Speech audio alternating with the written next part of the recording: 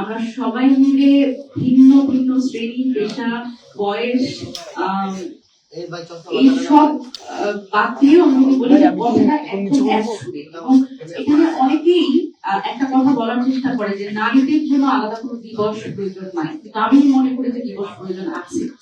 ততদিন পর্যন্ত যে আমার প্রতি, আমাদের প্রতি হওয়া অবিচার যেগুলো, সেগুলো একদিন আমরা সবাই মিলে চিৎকার করে বলবার জন্য আমাদের একটা দিবস প্রয়োজন। কারণ প্রত্যেকদিন আপনারা এত ক্যামেরা, এত ফুটেজ নিয়ে, এত অ্যাটেনশন নিয়ে আমাদের কাছে আসেন না, সুতরাং একটা দিবস আসলে প্রয়োজন।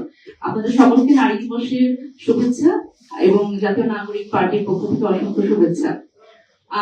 এখানে যেহেতু জুলাই সনদের কথা আসলো, সেটি দিয়ে আমি একটু শুরু করি। সেটা হচ্ছে যে আমার ফরচুনেটলি অথবা আনফরচুনেটলি এই জুলাই যে ঐকমত্য কমিশন ছিল, সেই ঐকমত্য কমিশনে যখন আমরা আলোচনা করি, যেদিন নারীদের সরাসরি নির্বাচনে অংশগ্রহণের কথা আসে, সেদিন আমি সেখানে উপস্থিত ছিলাম এবং আমার এই অভিজ্ঞতা আমি অনেকবার বলেছি বিভিন্ন জায়গায়। তো সেই অভিজ্ঞতাটা খুবই ভালো ছিল না, খুবই খারাপ ছিল। সেটা হচ্ছে যে আমি দেখলাম যে এই 5 আগস্ট পরবর্তী সময়ে রাজনীতিবিদরা যখন আমরা বারবার করে একটা বিষয় নিয়ে খুব কঠিন পরিস্থিতির মধ্যে আছি যে ঐক্য, রাজনৈতিক ঐক্য হচ্ছে না, কোনোভাবেই ঐক্যমত্যে পৌঁছাতে পারছে না, কিন্তু যখন আমরা এই জুলাই সনদ নিয়ে বা আমরা যখন ঐকমত্য কমিশনে কথা বললাম এবং সেদিন যখন আসলে এই নারী বিষয় নিয়ে কথা হলো, সেদিন আমি রাজনৈতিক দলগুলোর মধ্যে একটা ঐক্য দেখতে পেয়েছি। কেউই আসলে চান নাই এনসিপি ছাড়া যে নারীদের এই সংসদে সরাসরি 100 আসনে নির্বাচন হোক। এবং আমরা বলছিলাম যে এই 100 আসনে সরাসরি নির্বাচন হতে হবে, প্রক্রিয়াটা কি হবে এটা নিয়ে আমাদের আলোচনা হতে পারে। কিন্তু সেদিন দেখলাম যে পুরনো রাজনৈতিক দলগুলো তারা কোনোভাবে এটা মানতে রাজি না এবং তারা বলেই দিলেন এক সময় যে এটি বাংলাদেশের যে রাজনৈতিক বাস্তবতা, সেখানে সম্ভব না, নারীদের 100 আসনে সরাসরি নির্বাচন সম্ভব না।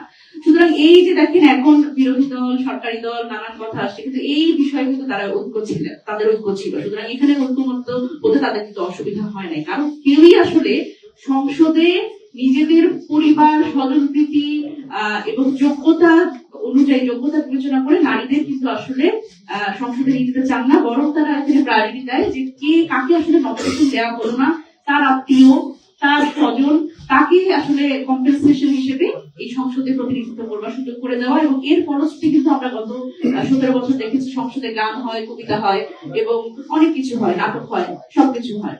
কিন্তু এই আবার সেই 5 আগস্টের আগের বাংলাদেশে তো আমরা ফেরত যেতে চাই না। আমরা এখন নতুন বাংলাদেশে আমরা নতুন কথা বলতে চাই। আমরা বলতে চাই যে নারীদের যোগ্যতা অনুযায়ী আসলে রাজনীতিতে তাদের প্রতিনিধিত্ব নিশ্চিত করতে হবে এবং এইটা কোনো কম্পেনসেশন না। এবং আমি মনে করি, দেখেন, সংরক্ষিত নারী আসন নিয়েও কিন্তু অনেকে মকারি করে যে সংরক্ষিত নারী আসন আসলে এখানে একটা পুতুল আসন।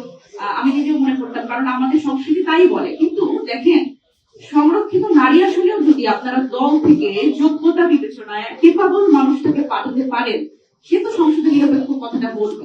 কিন্তু আপনারা যদি নিজেদের আত্মীয় স্বজনকে পাঠান, তাহলে তো সে নিরপেক্ষ কথাটা বলবে না, আপনি যা শিখাই দিবেন সেটাই বলবে, এবং সেটাই আসলে করা হয়। এবার এটা হচ্ছে বাস্তবতা। কিন্তু আমরা আমাদের জায়গা থেকে যে আমাদের অ্যাক্টিভিজম বলেন, আমাদের রাজনৈতিক যে বার্তা বলেন, আমি বিশ্বাস করি যে নারী শক্তি এই বিষয়ে যে সংসদে 100 আসনে সরাসরি নারীদের নির্বাচন, এটি নিয়ে একটা বড় অ্যাডভোকেসি করবে, আমি এটি বিশ্বাস করি।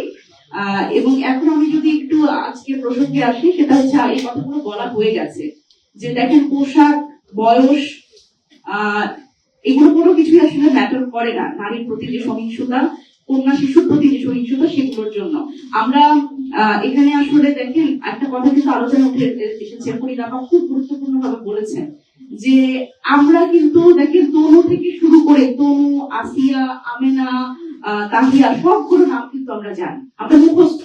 আমরা তনু ধর্ষণের বিচার চেয়ে গেছি, আমরা বিচার চেয়ে গেছি, কিন্তু বিচার পাইনি। কিন্তু দেখেন, এর মধ্যে দিয়ে যে একটা সুপরিকল্পিত রাজনীতি আমাদের মিডিয়ার মধ্যে দিয়ে করা হয়, সেটা হচ্ছে যে যারা আসলে ভুক্তভোগী তাদের নামটা সকলের কাছে পরিচিত করা হয়, তাদের মুখটা সকলের কাছে পরিচিত করা হয়। কিন্তু আপনারা কয়জন বলেন তো যে এই যে ধর্ষণের সাথে জড়িত যারা এবং ধর্ষক যারা, তাদের নাম কয়জন আপনারা বলতে পারবেন না।